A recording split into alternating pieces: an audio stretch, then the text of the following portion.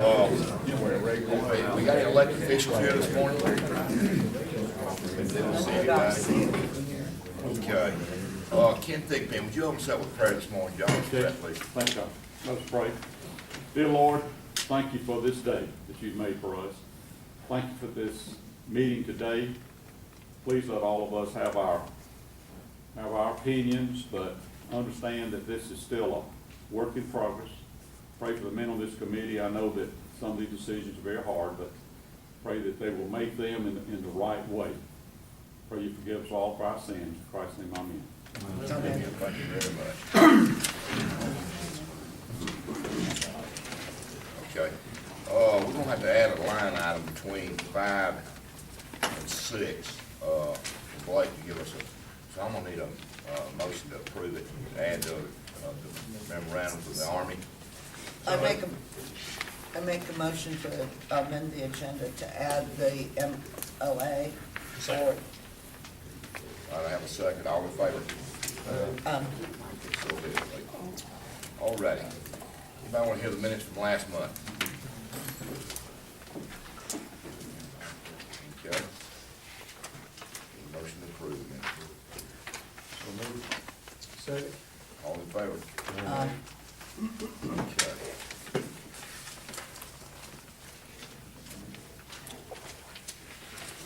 All right, has everybody got their financial statement? yes. Anybody got any questions about it?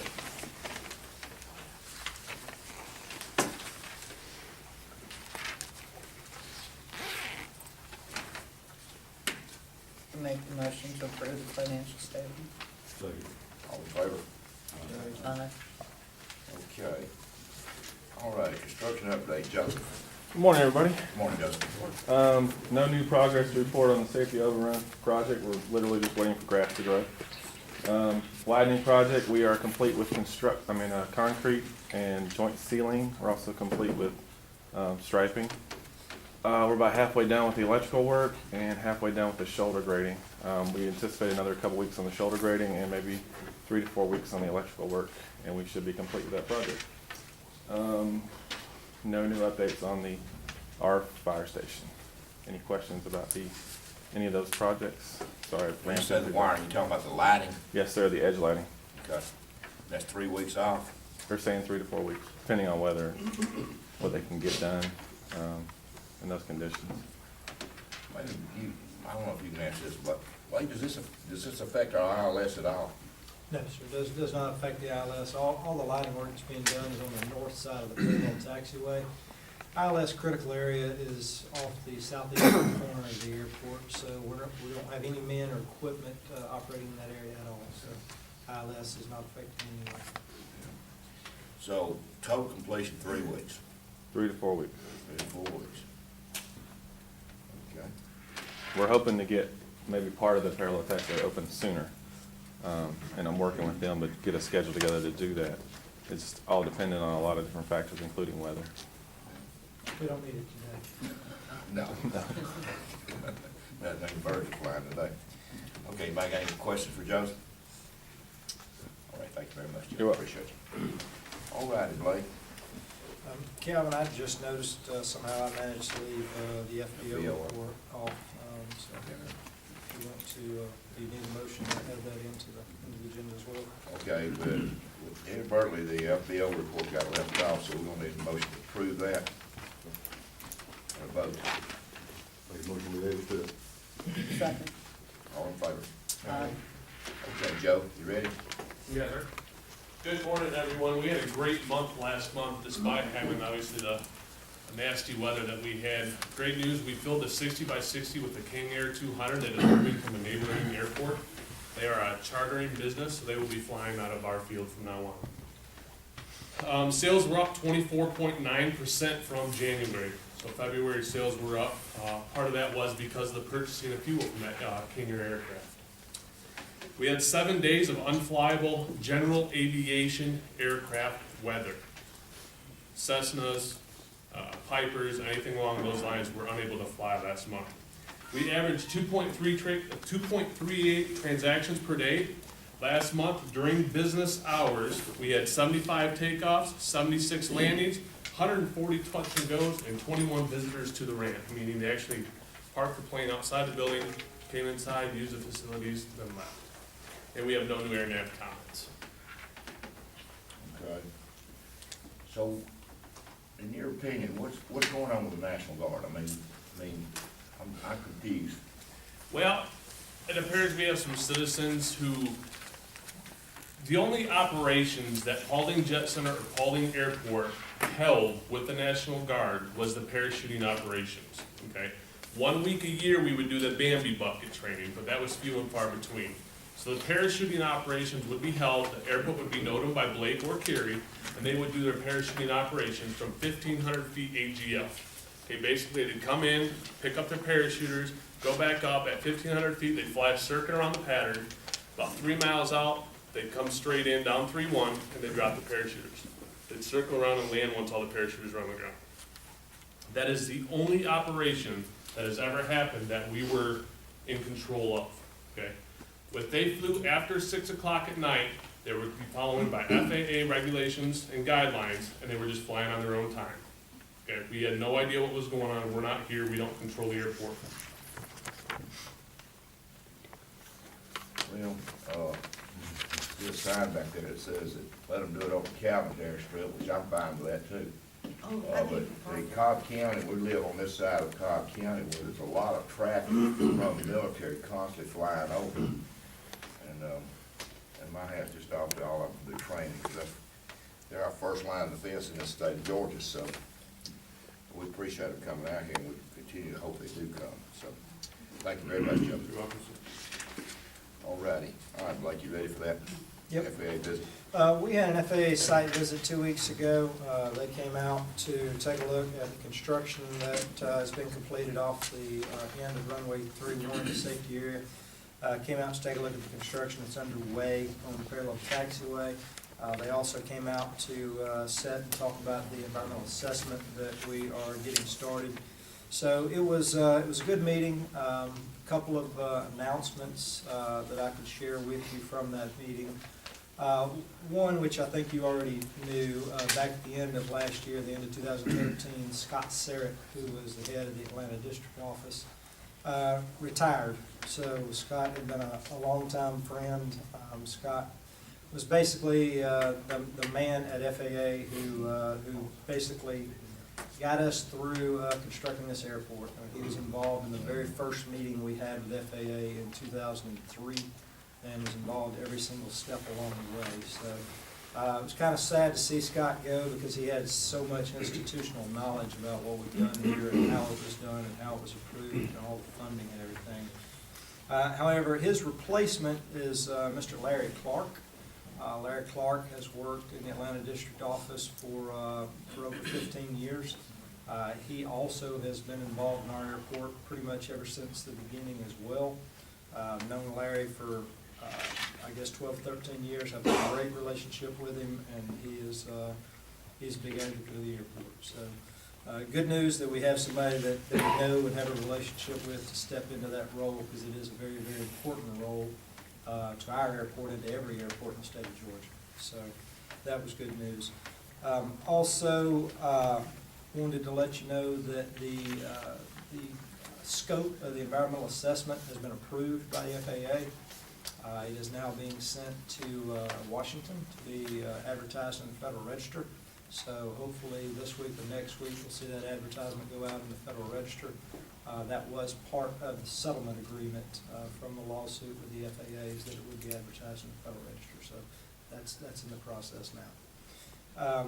Other than that, FAA is extremely happy with the way the runway safety area came out. They're extremely happy with the way we've gone about doing the widening on the parallel taxiway.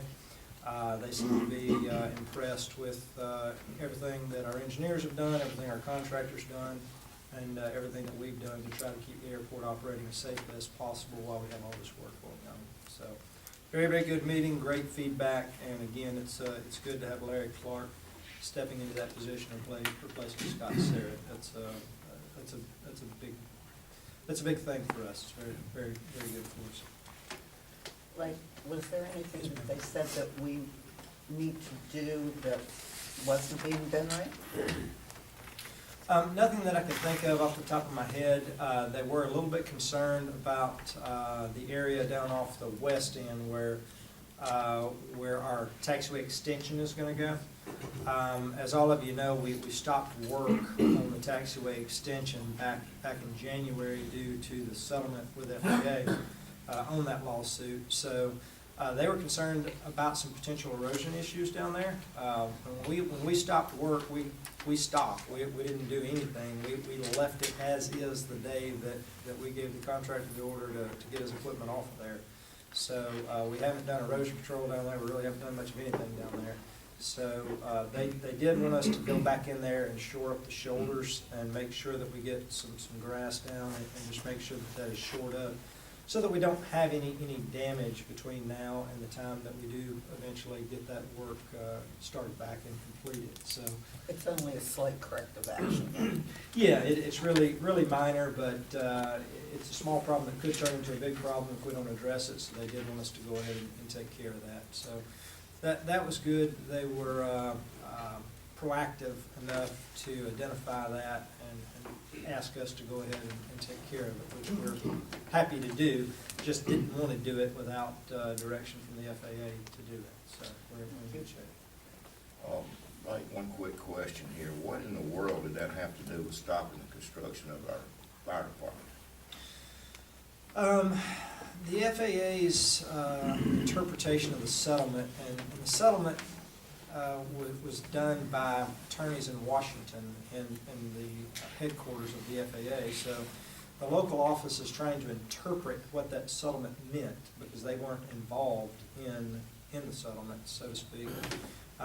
However, the fire station, even though it has the 911 center in it, the communications center, even though 95% of what they do has nothing to do with the airport, there is that one truck that'll be parked in there that's dedicated to the airport. And because it has that component in it that's dedicated to the airport and is primarily for the purpose of potential commercial service, they considered that to be part of the overall commercial service development. So their interpretation was that we needed to stop work on the fire station until the environmental assessment was complete. With the contract that was let on the fire department, is that still gonna be good? That contract was between the county board of commissioners and their contractor. The only thing I can tell you is I know the county asked for a 90-day extension from the contractor. The contractor granted the 90-day extension, so but we're not going to be done with the EA in 90 days. So they would have to have a much longer extension than that.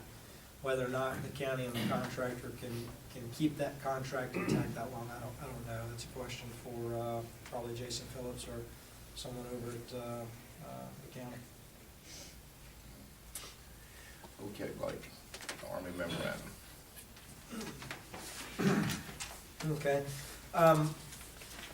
I guess it was last week at the Paulding County Board of Commissioners meeting, the Paulding County Board of Commissioners took action to approve a resolution to support the Georgia Army National Guard's aviation training here at the airport. And at that meeting, they had asked that we go ahead as the policy entity for the airport, go ahead and work on a memorandum of understanding or memorandum of agreement to define some of the parameters in which the Georgia Army National Guard trains here at our facility. We have an agreement here in front of you that pertains to one specific unit. And after looking at the different types of training that the National Guard may want to do here, you've got paratroopers, you've got NVGs, you've got this particular operation, which is their what do you call it? Sling load. You've got the bucket training. You've got multiple different types of training. So instead of trying to put something together that's going to be a one-size-fits-all agreement that would apply to every unit and everything they might want to do, after spending a good bit of time looking at it, it made a whole lot more sense to do individual agreements with individual units for the specific type of training that they want to do. So basically what we did was we started with the most benign, at least in my opinion, it's the most benign. This is the sling load training. It is a very, very simple operation where they will have a load, a dummy load, that they will rig up to the helicopter. They will pick it up, they'll move it a couple of 100 feet, they'll set it back down, and they'll unload it. So it is some very, very simple training. However, it's something that is absolutely necessary for the National Guard. They use this type of operation anytime they're doing, for example, like bringing food or water into an area that's been hit by a tornado or a hurricane. They bring medical supplies in. This is a common way that they deliver life-saving supplies to areas that have been hit by these types of natural disasters. So we started with this one. I want to read to you the flight operations section, which is 3B, which says, due to the sparse population of the south of the airport, traffic patterns with an external load will be limited to the southwest of the runway, and flight crews will avoid overflight of any houses or populated areas to mitigate risk. Additionally, the block will only be placed on the sod and not on pavement or concrete to avoid damaged surface or creating foreign object debris. What we've also done to further define that area is on the back page, the third page, you'll find an area, a drawing with a hatched out area that says Army Reserve Training Area. And what you'll find is the area that we've defined as potential area for them to use for this particular training is completely 100% contained on Airport Authority property. So they are not, for this training, authorized to leave our property unless they choose to go to the southwest onto WMA. Now that would be their decision under their purview. We don't own that property, we don't control that property, we don't control the airspace. So if they chose to go to the southwest down toward Gold Mine Lake, then presumably they could do that. But in terms of defining the area of training for the airport and the immediate vicinity of the airport, we've defined an area that's wholly contained by our property. So again, this is probably the most benign agreement that we could put together. It only applies to the sling load training. We do have to put together other agreements that would apply to the paratroopers, paratrops, that would apply to the bucket training, that would apply to NVG training, anything else that they want to do. But as I said to begin with, I don't think it's wise to try to shoehorn all training into one agreement, because all the training is different, the purpose is different, the needs are different, the type of aircraft are even different. So I would like for us to go ahead and consider this agreement, approving this agreement today. If we have any amendments that we want to do to it, we can do it today, or we can do it at any point in time in the future. There's no restriction on us changing this in the future if we determine that we need to add some additional language to it. We did get some comments from the public on recommendations for the agreement. I forwarded those to you along with some comments. Many of those recommendations had to do with operational specifications, which we cannot control. It is absolutely not within our purview or our ability or our authority to control the flight level of an aircraft. It is not within our purview or area of control to define how an aircraft gets from point A to point B once it leaves our airport. There are two different types of flying. And for the non-pilots, you either have IFR, which is Instrument Flight Rule, which means you're under positive ATC, air traffic control. The air traffic controller is telling you which way to go, or your VFR, which is Visual Flight Rule, which means that you have to maintain separation between clouds and other aircraft. So if an aircraft departs out of here and there's a big clog of weather, a bunch of weather front to the east of us, they cannot fly through it if they're flying VFR. They have to fly around it, which means they have to go under it, over it, around it, but cannot go through it. So those types of operational things are 100% under the control of the pilot and FAA guidelines. We can't get into that. We are not air traffic controllers. We have no airspace. We don't control airspace. So just wanted to mention that real briefly. and pretty much if anybody's got any questions on this agreement, be glad to address them. I'm sure next month we'll probably have an agreement for you on the paratroopers, because I think that's the next most critical need in terms of getting that agreement done so that those folks can start back with the training that they were doing here previously. Mr. Chairman, I have a question for Blake. Okay. It's actually two. First, what does MVG stand for? And second of all, the paratroopers, the bucket, and the other one, would they also go within this training area? Probably not. That's why we have done the drawing for this specific agreement. So each additional agreement we do, this area will probably will change. be slightly modified. Okay. For example, the paratroopers, they will at times land a little bit closer to the terminal building. This drawing stops at the parallel taxiway, so we would need to extend that line on up probably to at least the apron, if not further north than that. So there are a few differences there as to how they train, where they need to train, and how we would draw those. Plus, they're not going to land over the trees, so there's no reason for us to have that area drawn so far to the south. They're not going to drop paratroopers out there in the trees, so that would change as well. And MVG? MVG is night vision goggle. Is it? and- Night vision goggle, which are the systems that they use to fly at night with no lights.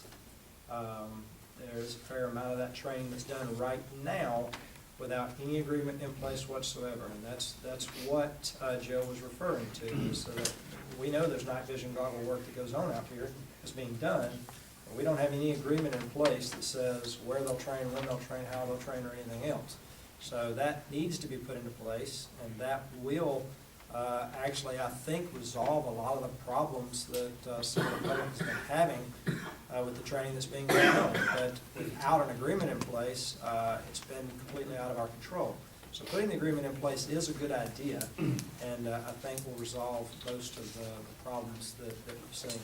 I'd comment too, Mr. Chairman, if I may. And Blake, just a little background as well too, to kind of caveat what Blake is saying, just for the benefit of the board and for the general public. The purpose of the memorandum of understanding, or MOU, is not, it's not so much a compliance issue.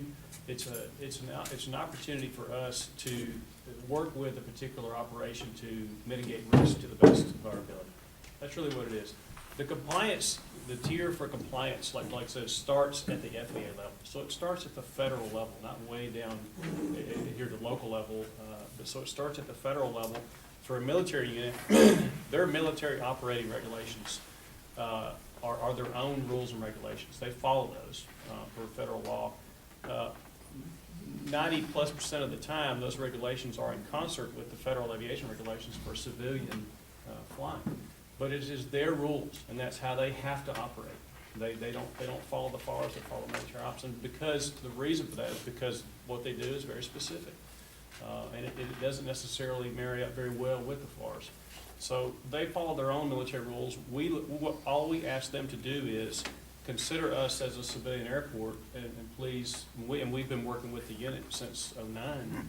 We've asked the units to take a review our rules and the FARs and make sure that there's no widely varying circumstances. And they've done that. So the MOU, like I said, was just, we were going above and beyond what we actually needed to do. So to have the Air National Guard or any military unit fly in and around the airport does not require an MOU. There's no requirement whatsoever. They can come and go as they please. However, if they're going to conduct a specialized aeronautical activity, and those are spelled out within our own airport rules and regulations, parachuting is one of those, then they are required locally to get airport director approval. So that's what originally was the reason we decided to take the MOU route, was so we could mitigate risk, help them with some best practices that we thought would be good for our airport and the surrounding areas. And so that's kind of where we got to the point we adopted that. So, but just keep in mind, the MOU it's really more of a risk mitigator than it is a compliance issue. So. Kerry, we get dinged quite often for using acronyms that people don't understand. Would you explain FARs real quickly? Yeah, sure. FARs is just Federal Aviation Regulations. So, and that's just the federal law for the International Civilian Aviation Organization, how aviation is the law for aviation for the land, so. But like I said, the military, they're not required to know what's in the forest, they're just required to know what's in their own military regulations, so. So again, but like I said, our relationship with the Guard has been a very good one, and we want it to be good. We want it to be good for everybody, for us, and of course, we want it to work well for the community. But I don't want there to be, we don't want there to be any misunderstanding that somehow that at the local level, the Board of Commissioners have absolutely no authority on control of the flight path of aircraft. That's all controlled at the federal level. We are a non-towered field, so the way that you work aircraft separation in a non-towered field is no positive control. Is that it's all based on aircraft following standard procedures. If you try to get outside of anything standard, you create an instant safety risk. It's a huge hazard. If you have someone doing something specific that's not standard, you create an instant problem. So that's why we can't, it's very inappropriate for us to entertain anything outside of something standard. So some of the stipulations, I think they were referred to as in the email, you just can't, it's inappropriate to get into entertaining those kinds of things. Can you talk about best practices? And sure, you can, but you can't change standard procedures. So I just want to make sure that everyone's clear on that. This is a very uncontrolled airstrip. It is, and it's, you know, it's in an area that's can be kind of busy. So everyone following standard procedures is how you ensure separation. Okay, anybody got any questions for Blake, Kerry, safety officer? Mr. Thompson, could I make a positive statement? Uh, Just being the post two commissioner that represents this area, nothing in a negative fashion. Okay, all right, make it brief. Okay.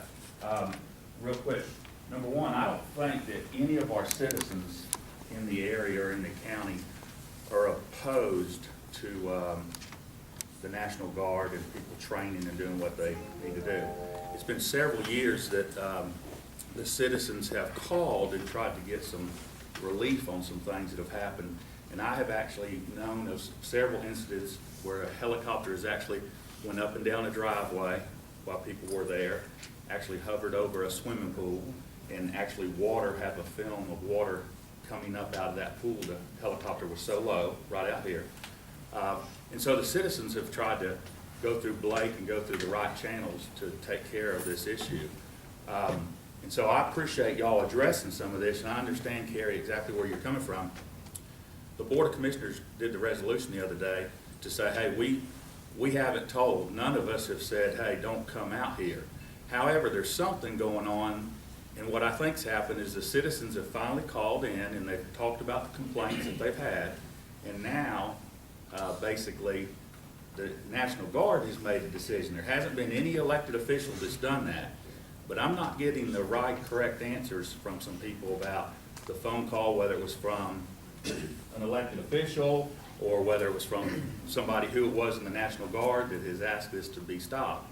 But the bottom line, none of the commissioners have asked, and I don't think the citizens have asked that. They've just asked for it not to be done over their homes. So I just wanted to make that clear that they just want to make sure that it's done in the right area, and I think we've got some of the right areas out here that the training can be done.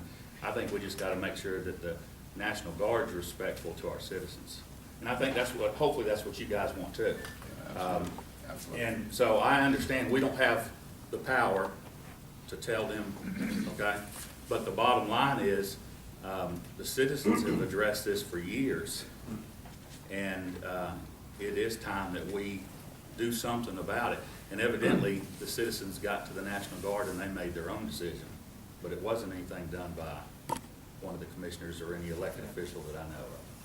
I'm going to make just one comment on that, Todd, and I will tell you that I know that these units operate, the flight discipline requirement for one of these military units to fly is extremely stringent. So I would be, and I'll just say, I would be highly, highly surprised if there was anything to the tune of a helicopter, an Air National Guard helicopter, flying so low over a swimming pool as to bring water out of the swimming pool. So we can talk about that afterwards. And I agree. I would be highly, highly because I would be surprised. highly surprised too, Yeah. that happened. but I've actually seen a video of it. And so whether it was the National Guard or somebody else, and I think that was just the issue. We don't know who was out here, but we know there's been a lot of helicopters out here. And I just feel like we've got a lot of property out there where they can train over that won't affect the citizens, and I think that's Sure. a positive thing for everybody. Yeah, and I think the area addresses that, but anyway. All right, thank you very Thank much. you. Thank you very much. All right, need a motion to go into closed session. Are we gonna do the changes Oh, yeah. we would like in here first? Blake, now what do you need? Approve it for you to sign and approve it? Yes. But we can't. Does anybody want to discuss this any farther? Yeah. Just I would, okay, there's a few changes that I ran with our attorney here. First of all, Paulding Northwest Atlanta Airport, on the top, it should not, this memorandum of agreement is not with the airport, it's with the authority. So that part would have to be changed. And then, in number 3A, it has to be the authority, not the airport, in the last sentence, under A. So it would read, load training block has been deemed by the Paulding County Airport Authority, not by the airport. I think you're better off if you leave those under the airport, because you guys are not gonna Yeah, talk to them. the way the airport rules and regulations are all written, and Tom, correct me, they're all written around the airport director's approval. So, It's the airport director, but I mean, the airport is not an entity. I mean, the airport, just the Paulding County Airport, there's no legal entity called the Paulding County Airport. So So we have to- you need either the county or the airport authority. The agreement has to be with some legal entity. As far as the state of Georgia and FAA are concerned, the airport is Yeah. an entity. airport director. We're probably talking out semantics, so. Could we add both, the airport and the airport authority? And it's okay if, even if it's the airport authority can designate its director or someone to make those decisions for it. It doesn't mean you have to have an authority meeting every time that you want to I deem think that'd be whether. the correct way to go, Tom, is that the airport director, Blake, is the designee. Yeah, that's Okay. fine. But maybe at the top, it needs to say airport authority, but down in 3A, perhaps it needs to say airport director. Okay. We can work out the language. It should just, We were talking sort about of that. some comments about it. We have a sidebar, yes. I don't think it changes the gist of the agreement at all. You have a question, Ashley? No questions. Someone has a question back here.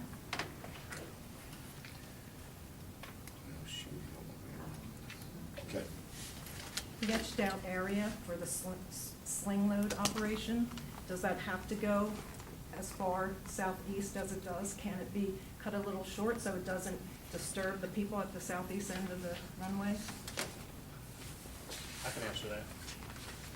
The sling load training is gonna be a little more localized, honestly, than what this area depicts. However, the traffic pattern is standard. So whether they are carrying the sling load or not, what we can't change is the standard traffic pattern. And that's what I was trying to explain earlier, is that there's gonna be times when they need to use the device, and there's gonna be times when they need to just fly a standard pattern. From a standpoint, I think the complaints were generally written around noise. The carrying of the device doesn't change the noise level. So if you have a helicopter that's flying a standard pattern and needs to fly a south pattern and land to the north, they are gonna fly a left base for 3-1, which is down south, turn left, and then turn upwind and land. So I don't know that would really accomplish your objective by changing that, for just restricting for sling load. But I can tell you, and Blake will agree, what we do know about the sling load itself is that there's a more specific area they'll be using just the sling load. And it's not over any populated area, it's not over any homes whatsoever. But from a standpoint of noise, the traffic pattern is the traffic pattern, so. Well, if there's any way of shortening that up even for the traffic pattern. Well, again, you're talking at the federal level, so we'd have to get the FAA to weigh in on that, and I don't know that it's probably inappropriate to ask them to change the standard traffic pattern, because you'd have to change it for the entire country. Okay, thank you very much, Kerry, appreciate that, buddy. Thank you, Ms. Wilson. All righty. Thank you. Yes, ma'am. Then we need a motion to approve. I'll make a motion on the MOU with the minor changes. Second. Motion by James, all in favor? Aye.